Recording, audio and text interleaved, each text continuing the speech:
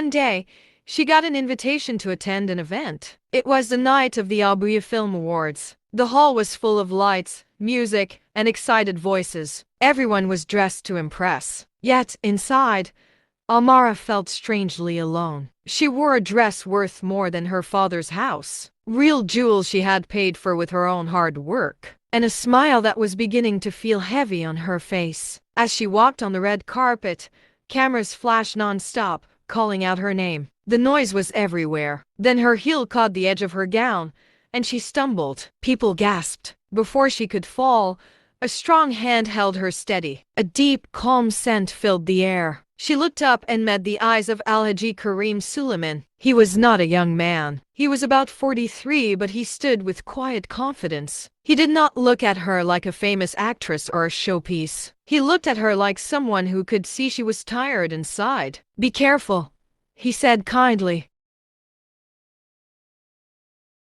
On the day that Amara's mother went into labor, something strange stirred in the air. The midwives who gathered felt it first. There was an uneasy shiver that made their hands tremble and their voices fall to whispers. Shadows flickered against the walls as if watching, and every sound outside seemed to pause, waiting. It was a night that felt bigger than birth, heavier than life itself. A night no one present would ever forget. There was an uneasy stillness in the air, as if the world itself was waiting for something extraordinary to happen. No one knew it yet, but that night would be remembered for generations. Then, Amara's mother woke up and realized it had all been just a dream. You're welcome to Classic Tales by Dorothy. In the small town of Umueze, where everyone knew everyone and life moved at its own pace, the name of the Ukix family was whispered, like a secret but not a reverent one. It was the kind of whisper that meant you won't believe what happened next, rather than this family is special. You see,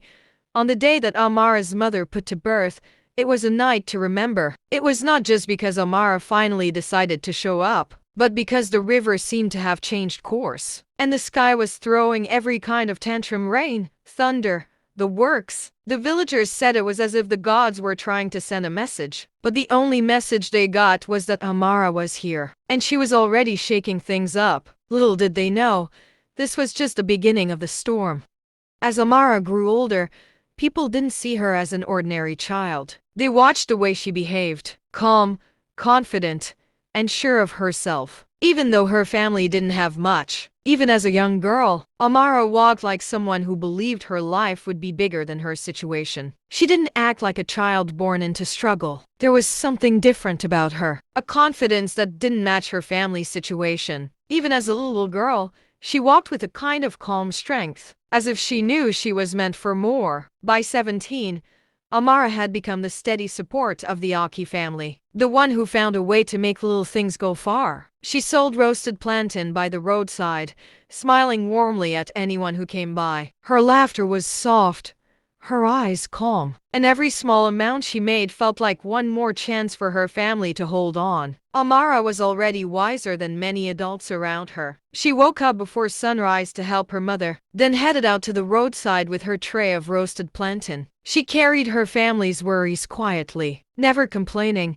even on days when tiredness pulled at her feet. People in the community respected her because she worked hard and treated everyone kindly. She saved every small naira she could, holding on to the hope that life would one day be better. And even with all the challenges, Amara still found moments to laugh, smile, and enjoy the little joys that came her way. At night, after the day's dust had settled and the crickets began their chorus, she would stand before her grandmother's cracked mirror, the only inheritance the family owned that still reflected light. "You will not die poor, Amara," she would whisper to her reflection. "You will not fade like the others. You will rise even if the world tries to pull you down." The mirror never answered, but somehow, the girl who carried roasted plantains by day carried a crown by night, though invisible, but real. Her father, Papa Aki, was a carpenter whose back had bent under too many unpaid jobs. Her mother hid her exhaustion behind booming laughter that filled their small home like borrowed sunlight. But when Amara caught her mother staring into the fire too long, she could see the silent fear burning there. What if my children never escape this poverty? So Amara made a vow,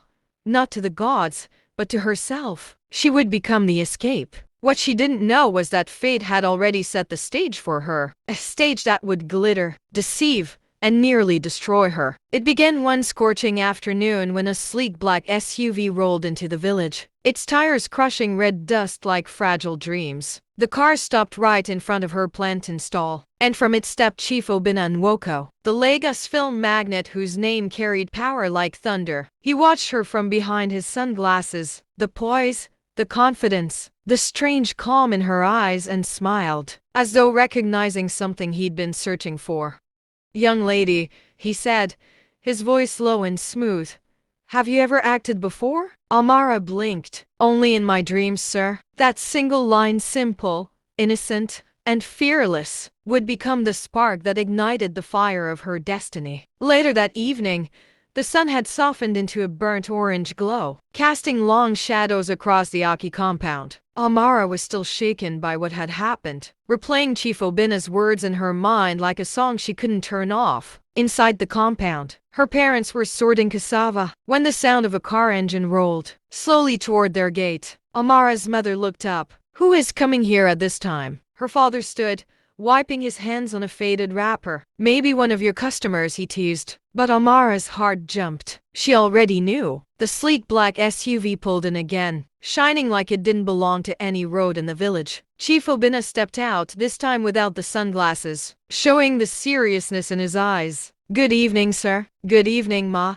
he greeted with a bow of respect. They stared at him, surprised. Important men didn't just walk into people's homes like this. "You are welcome," Amara's father said cautiously. "Please sit." Chief Obinna settled on the wooden bench, his presence filling the small compound. Amara remained by the doorway, nerves buzzing like electricity. "I came," he began gently, "to talk about your daughter." Her mother stiffened. "Hope there is no problem?" "No problem at all," he said with a reassuring smile. "In fact, an opportunity." He explained how he had watched Amara earlier that day, how she stood with a poise he rarely saw even in professional actors, how her natural charisma caught his eye, how something about her spirit felt like destiny waiting to happen. "I want to take her to Lagos," he said clearly, "to train her, to mentor her, to give her a chance at acting. She has a gift, and gifts are meant to shine." Silence dropped over the compound like a heavy cloth. Amara's father exchanged a glance with his wife. "Lagos," he repeated, voice tight. "Sir, that place is far, and wickedness is plenty there." "I understand your fear," Chief Obinna replied, "and it is valid. But I am not here to take advantage of her. I am offering a real career, with real protection. She will stay with my family, under my roof. I will take full responsibility." Her mother's eyes softened but remained unsure. "She's still our child," she whispered. "A girl." Chief Obinna nodded deeply. "And that is why I came to you myself, to show respect. I believe she is meant for something greater than selling plantain by the roadside. I won't force you, but I want you to consider what her future could be." Amara looked at her parents, her voice small but steady. "Papa, Mama, I want to try. Please." The wind rustled the leaves as if listening. Her father sighed, the kind that carried both fear and hope. "If anything happens to my daughter, we will hold you responsible." "Nothing will happen to her," Chief Obinna cut in gently. "On my honor." Her mother finally reached for Amara's hand. "You can go, my daughter, but don't forget who you are." A smile spread across Chief Obinna's face, relieved, grateful, and certain. "Thank you," he said. "You won't regret this." And just like that, a new chapter began, with the boldness of a destiny knocking loudly on the Aki family's door. Within weeks, the girl from the dusty heart of Umueze would be thrust into the neon chaos of Lagos, the city where fame glittered like gold and burned like acid. She would learn that dreams come true only to test if you're strong enough to survive them. And as Amara's face began to grace the billboards, one truth echoed through her heart. The world rewards the bold, but it devours the pure. Because beneath the bright lights and designer gowns, the girl who carried her family's hopes was about to discover the darker cost of success and the shocking truth that love, even in gold, can be forged or falsified. Amara in Lagos. When Amara stepped out of the airport that first day, the air felt heavy, thick with ambition and exhaust fumes. Cars moved fast, billboards glowed. And somewhere between the noise and the neon, she realized that dreams were louder here. Amara was shocked to see that Lagos was moving on a fast pace. Chief Obinna Nwoko's production house sat like a fortress in Lekki Phase 1, where every wall gleamed with success and every face wore a performance. Amara looked lost in the mansion. She stared at everything. She tried to feel at home. Her nails had been turned into manicured fingers, but inside, she was still the same village girl standing before her grandmother's cracked mirror, trying to become someone more. Some days later, she was informed about the new film. The film was called Tears of the Village. Irony had a cruel sense of humor. She was cast as a poor farmer's daughter, a role she didn't need to study because she had lived it. On set, she blended in as if she had always acted. She remembered her lines and roles because of where she came from. The smell of smoke, her father's sighs, her mother's weary laughter, they poured out of her like truth disguised as fiction. When the camera stopped rolling, silence fell. The director stared, mouth slightly open. Chief Obinna smiled slowly. "This girl," he said, his voice almost reverent, "is lightning wrapped in flesh." The film exploded across Nigeria like a storm. Overnight, Amara Aki, the girl who once sold roasted plantain by the roadside, became the nation's newest obsession. Her face filled screens, her name filled rooms, her voice filled interviews. But fame, as she soon discovered, was a house without warmth. The city embraced her but never held her. Her apartment in Ikoyi was large, silent, and sterile, a place built for comfort but devoid of love. The parties she attended sparkled with laughter that never reached anyone's eyes. Sometimes when she returned from a movie premiere, she would remove her diamond earrings and stare out of the window at the city lights. Each light flickered like a promise, beautiful, but fleeting. "I've escaped the village," she whispered once. "But why does my heart still feel trapped?" Success had given her luxury, but it had also stolen her peace. She missed the smell of burning charcoal, the sound of the villagers' genuine laugh, the innocence of being unknown. The world saw her as lucky, but Amara knew that fame was a bargain with invisible terms. Every smile cost a piece of her authenticity. Every headline demanded a sacrifice. And yet, deep inside, a quiet ache began to grow, the kind that wealth, applause, or silk gowns couldn't cure. One day, she got an invitation to attend an event. It was the night of the Abuya Film Awards. The hall was full of lights, music, and excited voices. Everyone was dressed to impress. Yet, inside, Amara felt strangely alone. She wore a dress worth more than her father's house, real jewels she had paid for with her own hard work, and a smile that was beginning to feel heavy on her face. As she walked on the red carpet, cameras flashed non-stop, calling out her name. The noise was everywhere. Then her heel caught the edge of her gown, and she stumbled. People gasped. Before she could fall, a strong hand held her steady. A deep, calm scent filled the air. She looked up and met the eyes of Alhaji Karim Suleiman. He was not a young man. He was about 43, but he stood with quiet confidence. He did not look at her like a famous actress or a showpiece. He looked at her like someone who could see she was tired inside. "Be careful," he said kindly. "Even successful people can miss a step. When you go high, you must be careful how you stand." Still shaken, Amara said softly, "Thank you, sir." He gave a small smile. "Reaching the top is one thing, staying there is another." Then he let go and walked away. But her heart did not settle. That night, while the cameras chased fashion and beauty, Amara felt something different. For the first time in a long while, someone had seen her, not just as a star, not just as a beautiful woman, but as a person. She did not know it yet, but the man who stopped her from falling would soon become both her calm place and her greatest test. And under the bright lights and quiet talks in the hall, the next part of her life was about to begin. It started with a phone call she wasn't expecting. A week after the Abuya Film Awards, Amara was in her apartment, barefoot, wrapped in a robe, eating Indomie noodles she had cooked herself when her phone rang. "Miss Amara Aki?" "Yes?" "This is Ibrahim, personal assistant to Alhaji Karim Suleiman. The chairman would like to invite you to dinner tomorrow evening. Strictly private." Her fork froze mid-air. Everyone in the industry knew the name. Alhaji Karim Suleiman, one of Nigeria's most powerful businessmen, A man whose empire stretched from real estate to media, and whose silence commanded more respect than most men's speeches. A private dinner?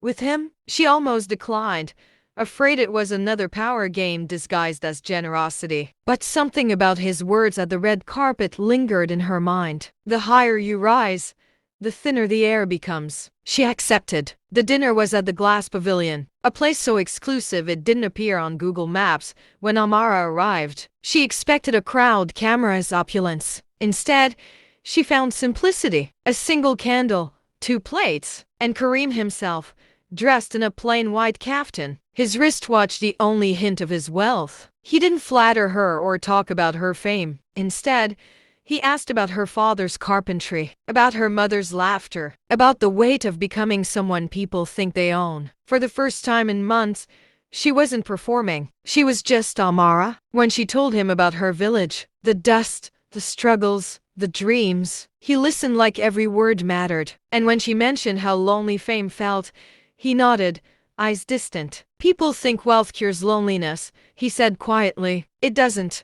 It only hides it better. That sentence unlocked something in her. 2 worlds that were never meant to meet suddenly found a bridge, built not on desire, but recognition. Their meetings became more frequent, sometimes in his office, where his assistants whispered, surprised to see the famous actress in simple jeans and no makeup. Sometimes in quiet cafes where they spoke about books, faith, loss, and legacy. He never once mentioned her beauty, yet he made her feel beautiful. He never made promises, yet his presence was a promise in itself. He wasn't trying to impress her, he was trying to understand her. And slowly, dangerously, she began to trust him. The tabloids, of course, noticed first. Actress and billionaire spotted together again. Umueze's jewel or gold digger in designer heels. The world always needs a villain when a poor girl finds peace. Her agent warned her, be careful, Amara. You'll ruin your image. He's too powerful and much older than you. But Karim's calm silence drowned out the noise. Let them talk,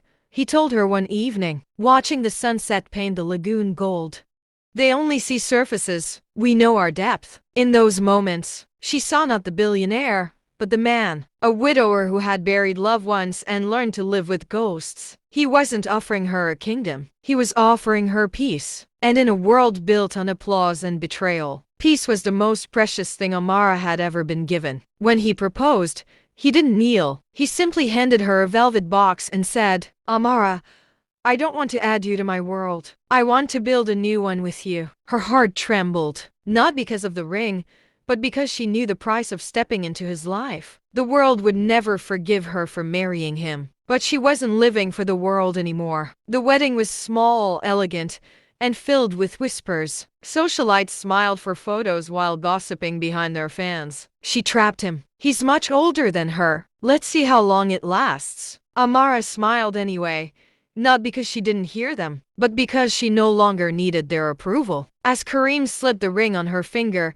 she whispered under her breath, peace at last. What she didn't know was that her peace would soon become a battlefield. Because in the mansion of marble and gold awaiting her, there were eyes watching, cold, calculating, and ready to strike. The real test of her love was about to begin. The mansion stood like a cathedral of wealth, glass, gold, and quiet intimidation. When Amara first walked through its towering gates, the air itself seemed to change. Cold, perfumed, and heavy with unspoken rules. Every step of her heels echoed through vast hallways lined with art worth more than her entire village. The chandeliers dripped with crystals like frozen rain. The servants bowed, but their eyes did not smile. She had entered a palace, but it did not feel like home. Karim's world was built on order, the kind that looked like elegance but felt like control. The dinner tables were long and silent, the laughter measured, and the warmth rationed. And then there were his relatives. Halima Suleiman was Karim's late brother's daughter. She had lived with Karim since his brother died. When Amara first met her,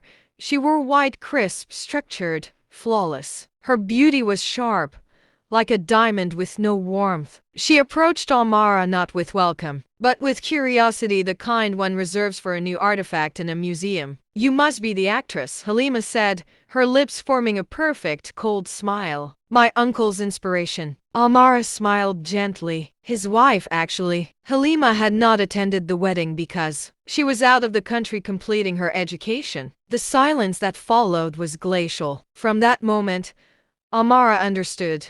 She was not marrying a man. She was marrying an empire. And empires do not welcome outsiders. Every day, she tried to find her place within the marble walls. She greeted the staff by name, thanked the cooks, rearranged flowers and vases no one noticed, but the house itself resisted her. Karim was kind, attentive, but often away buried in meetings and boardrooms. And when he was gone, the whispers grew louder. The village girl doesn't belong here. She's playing a role, just like in her movies. Even the air seemed to carry judgment. But Amara had learned long ago that silence could be armor. She smiled, endured, and watched. One evening, as the sun melted through the glass walls, she decided to extend peace. She entered Halima's study, a room lined with books and cold scent of lavender. Halima, she began softly, I know it must be strange having me here, but I want us to build something respectful, even kind. Halima looked up slowly from her laptop. Her gaze was steady, sharp, and void of warmth. You think kindness buys legacy? She asked. No, Amara replied, her voice calm but firm. I think character does. Halima smiled that perfect, chilling smile again. You'll learn, my dear, that in this family, kindness is weakness, and legacy is blood, not charity. You may wear his ring, but you'll never wear his name where it matters in history. The words hit like a slap, not because they were cruel, but because they were deliberate, calculated. Amara left the room with her chin high, but her hands trembled when she reached the corridor. That night, as Karim slept beside her, she lay awake staring at the ceiling. She didn't weep. She simply whispered into the darkness, if I cannot win their love, I will earn their respect, even if it costs me everything. Days turned into weeks. The press continued to feed on gossip about her marriage. The industry that once adored her now watched with judgmental fascination, waiting for her downfall. So she shifted her pain into purpose. She poured her energy,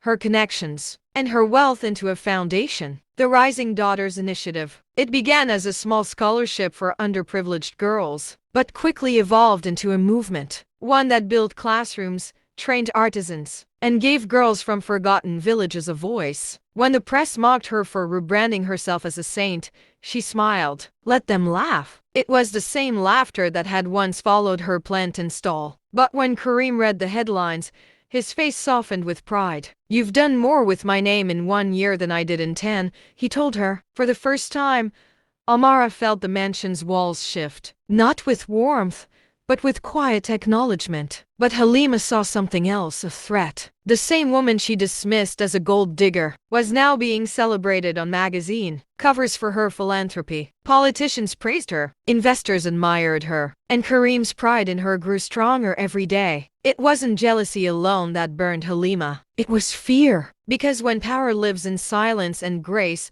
it cannot be predicted or controlled. So, in the shadows of the marble halls, Halima began to plan. The whispers would turn into rumors, the rumors into scandal. And before long, the same world that lifted Amara up were about to tear her down. Halima was the one that led the campaign against Amara. It began with a whisper. Whispers always do what storms cannot. They slip through cracks, multiply in silence, and destroy without warning. At first, Amara didn't notice. She was too focused on her work, traveling across states, cutting ribbons, opening schools, and watching girls who once had nothing learn to dream. The Rising Daughters Initiative was blooming, and so was her confidence. Even the tabloids had softened. Headlines now called her the actress who became a force for good. But somewhere behind the flashbulbs and applause, a shadow watched, patient, calculating, and venomous. It was Halima Suleiman. It started with a photograph. One evening, as Amara returned from a charity gala in Enugu, her phone buzzed relentlessly. Dozens of missed calls. Her publicist, her agent, and even her driver were all calling her. When she finally opened her messages, her breath caught. There, plastered across every major blog and gossip site, was a grainy photo. Amara entering a hotel lobby, her hand brushing that of a male co-star. The headline was brutal. Married actress in secret affair. Billionaire's wife caught in hotel scandal. The internet devoured it whole. Screenshots spread faster than truth could defend itself. Her phone became a weapon, every vibration a fresh wound. Lagos' newest scandal. So much for charity. She's playing two roles, saint and seductress. The village jewel was fool's gold all along. Amara stared at the screen, numb. The world had turned its gaze back on her, not with admiration this time, but accusation. But the one gaze that mattered most was silent. Kareem's voice. He didn't shout. He didn't accuse. He simply withdrew, like a tide pulling back before the wreckage. Dinner became wordless. Their bedroom colder. The mansion heavier. Every attempt she made to speak ended in silence. Every word died on his lips before reaching his heart. One night,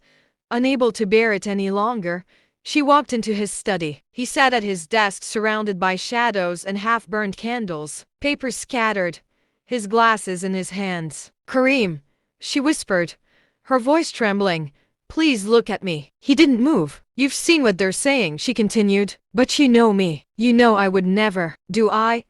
he interrupted, his tone low but sharp. "Do I truly know you, Amara? I married a woman whose life is built on pretending, whose job is to make lies look real." The words hit her like a slap. "I don't know what to believe anymore," he said softly, but his eyes were steel. "All I know is, ever since you came, the storms have never stopped." Silence. The sound of her heart breaking was quieter than his sigh. She wanted to scream, to defend herself, to throw the phone and shout that the world was lying. But what good were words in a house that no longer believed them?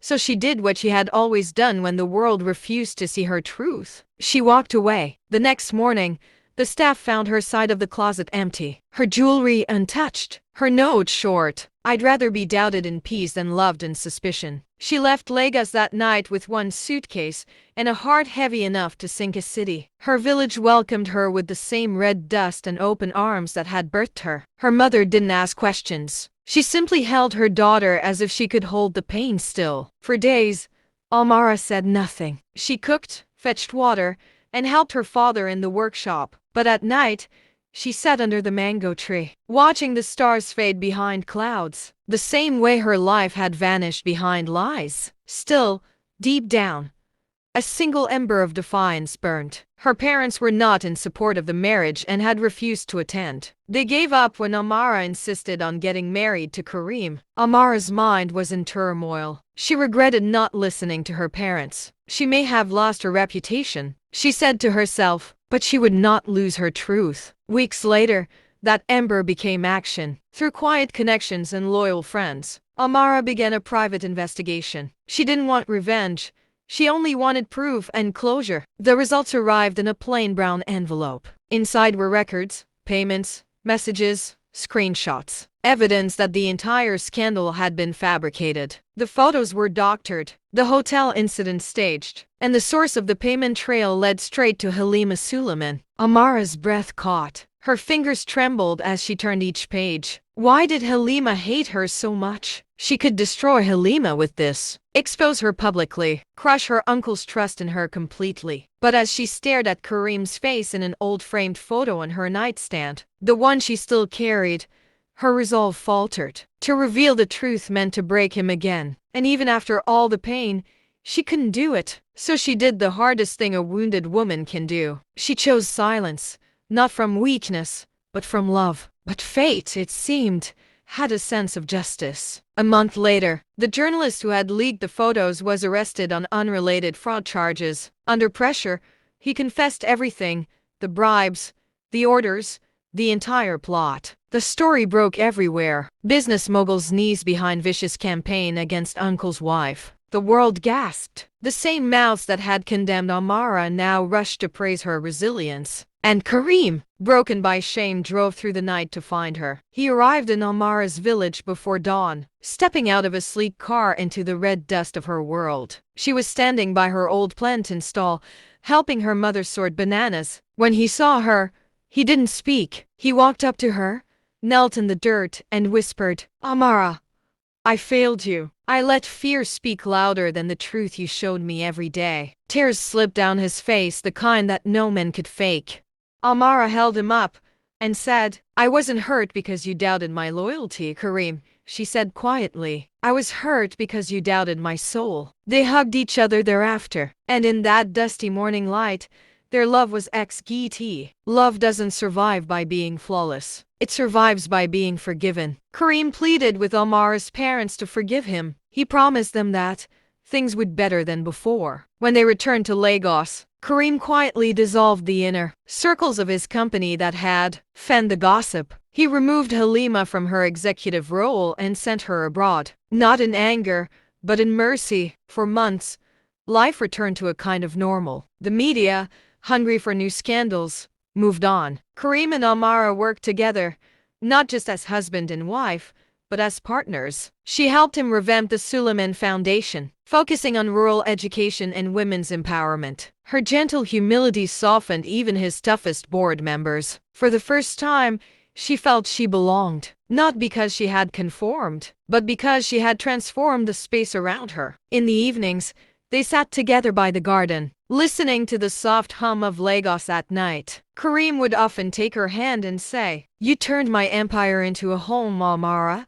You gave my legacy a heart." And she would smile faintly. "Then let's protect it, Karim, because the world only stays still when you forget it's watching." But peace has a way of being elusive sometimes. Unbeknownst to them, shadows were stirring again. This time not from Halima, but from inside the company. An ambitious executive, Mr. Yakubu, who had once been loyal to Halima, quietly plotted revenge. He resented Amara's growing influence, her quiet way of commanding loyalty from the staff, her humility that made his arrogance invisible. And so, when a high-profile government contract was signed in the company's name, Yakubu saw his chance. He forged Amara's digital signature, transferring millions into an offshore account, laundering the money under her name. By the time the transaction reached the corporate auditors, it was too late. The scandal broke like thunder. Charity queen in financial fraud. Amara Suleiman implicated in $800 million diversion scandal. The same tabloids that once redeemed her now turned bloodthirsty again. Social media exploded. Her face, smiling, innocent, radiant, was now captioned with words like criminal,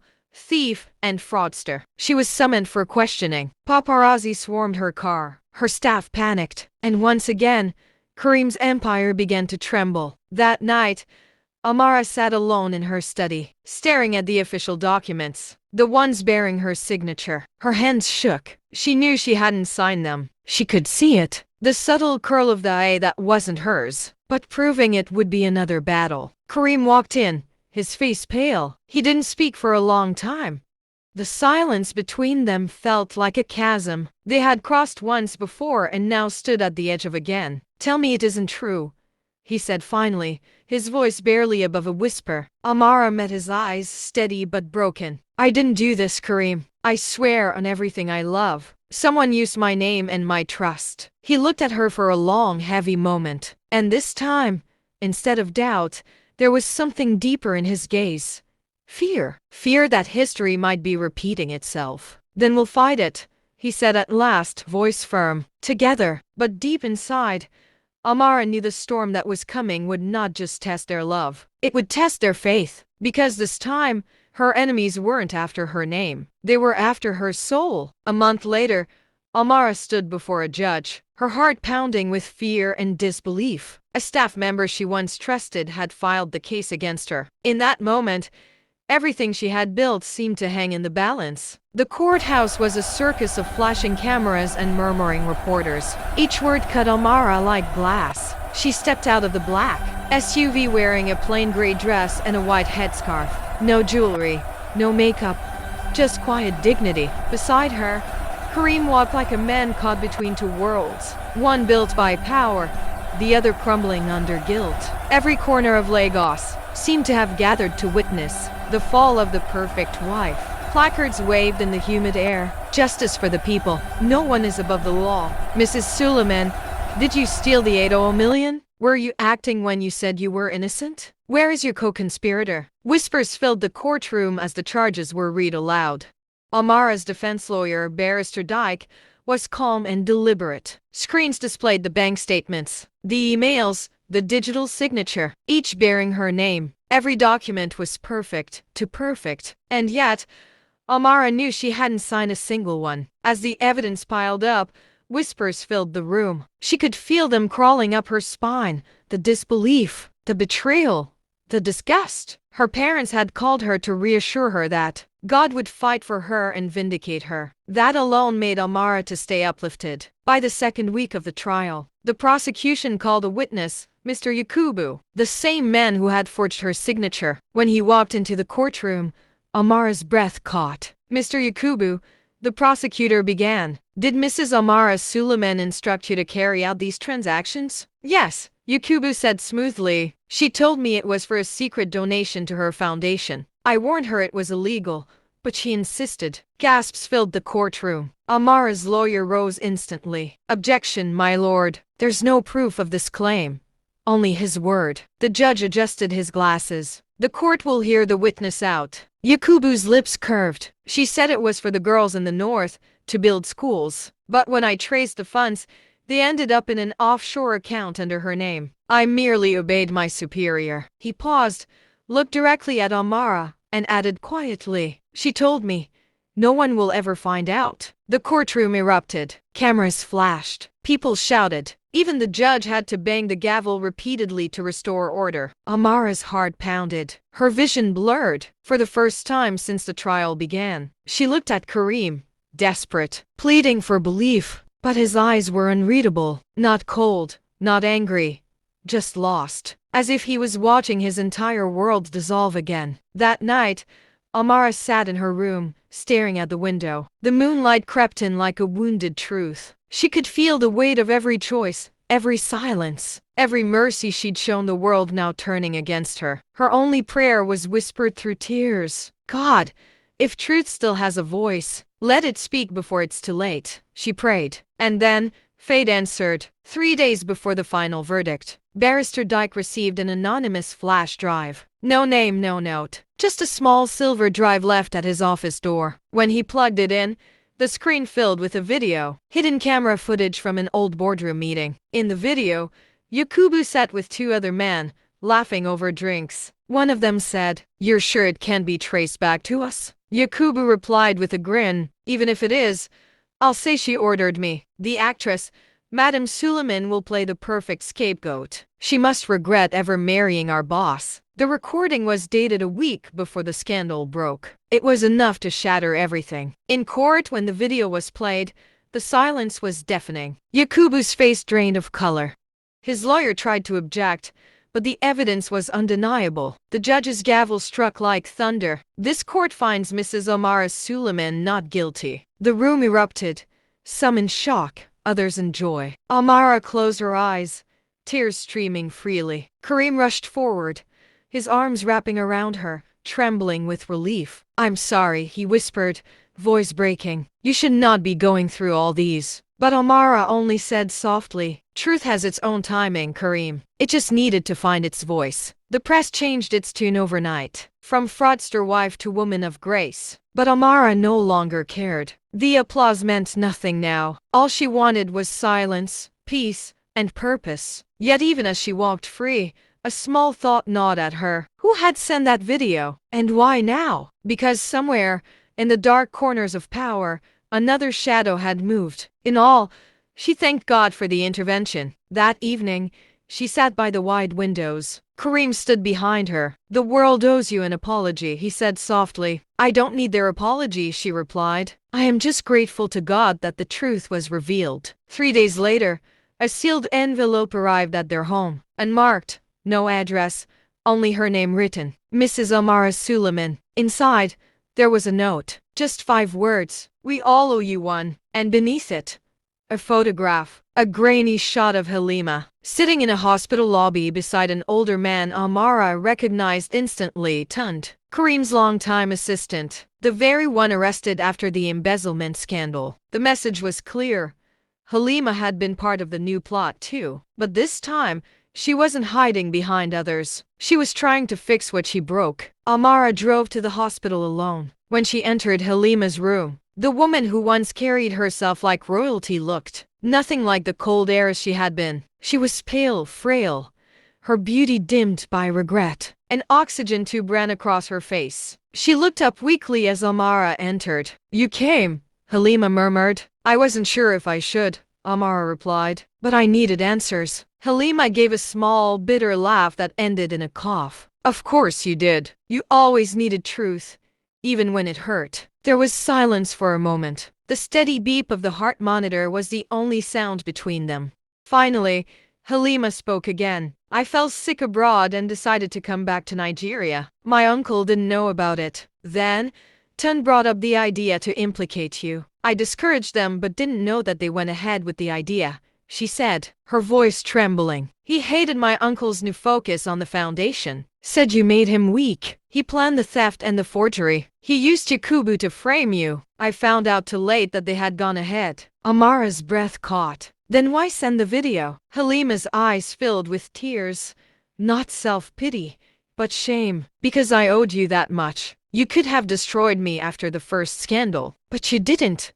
You stayed silent. That silence haunted me." She looked away, voice breaking. "When I discovered Tun's betrayal, I confronted him. He threatened me, said he'd expose things that would ruin the family. I recorded him secretly, then sent that clip to your lawyer. But I didn't sign my name. I couldn't." "Why not?" Halima's answer was a whisper barely audible. "Because I wanted you to be free." Tears welled in Amara's eyes. She stepped closer and gently took Halima's trembling hand. "I never wanted to take your place in your uncle's life," she said softly. "I only wanted to belong, not to your wealth, but to this family." Halima smiled faintly. "You did belong. More than I ever did. I just didn't see it until I lost everything." Her grip weakened. The monitor beeped steadily. "Amara," she murmured, "promise me you'll take care of my uncle. He won't admit it, but his heart isn't strong. And if he loses you again, he will break down. He's a wonderful man." Her voice faded into a whisper. Amara's tears fell silently onto Halima's frail hand. "I promise." Halima closed her eyes, the faintest smile touching her lips. Amara called Karim to meet them at the hospital. He was shocked to see Halima in such a condition. He made plans to take her to another hospital, but Halima passed away that night. They were all comforted that she had found peace. At her funeral, Karim stood beside Amara, holding her hand as the sun set over the Suleiman estate. "She made terrible choices," he said quietly, "but she also made the right one at the end." Amara nodded, her eyes glistening. "Sometimes redemption isn't about erasing our sins. It's about leaving one honest act behind." Weeks later, a lawyer brought a letter to Amara Halima had written before her death. Inside was a confession that changed everything. "My uncle built his empire with careful planning, but you, Amara, built it on grace. When I saw what you did for those girls' foundation, what you gave them, I realized wealth means nothing if it doesn't heal. I wanted to be like you, even if I never said it. Use my inheritance for the foundation. Make it the legacy I can live for." At the bottom of the page was a legal transfer document. Halima's entire estate, willed to the Rising Daughters Initiative. When Amara showed Karim, he wept, not out of grief, but of awakening. He looked at Amara with a reverence that went beyond love. "The world tried to define you, Amara, but you redefined us." He held her tightly and whispered, "I'm so glad that the world didn't break up our marriage." That year, the Rising Daughters Initiative expanded into the Halima Suleiman Memorial Academy for Girls, a living testament to forgiveness, rebirth, and truth. And Amara, the village girl once mocked by society, became the heart of a national movement. Not because she was married to power, but because she wielded grace like power itself. As she stood in her room, she whispered, "The world tried to bury me in lies, but they didn't know I was a seed." She smiled and realized that she was a woman who had made peace with every storm. Amara smiled. The echo of her own younger self rang in those words. When she checked the news, blogs wrote her story, not as gossip, but as legend. Lessons of the story. Grace is the quietest form of power. The world will misunderstand you, envy you, and even try to destroy you. But if you respond with grace and not vengeance, you would win battles that pride can never conquer. Forgiveness is not weakness. When Amara forgave Halima, she didn't set her enemy free, she set herself free. A jewel doesn't shine because it is flawless. It shines because it survived. the fire and chose to reflect the light instead of the scars. Thank you very much for watching. Until our next video, stay uplifted.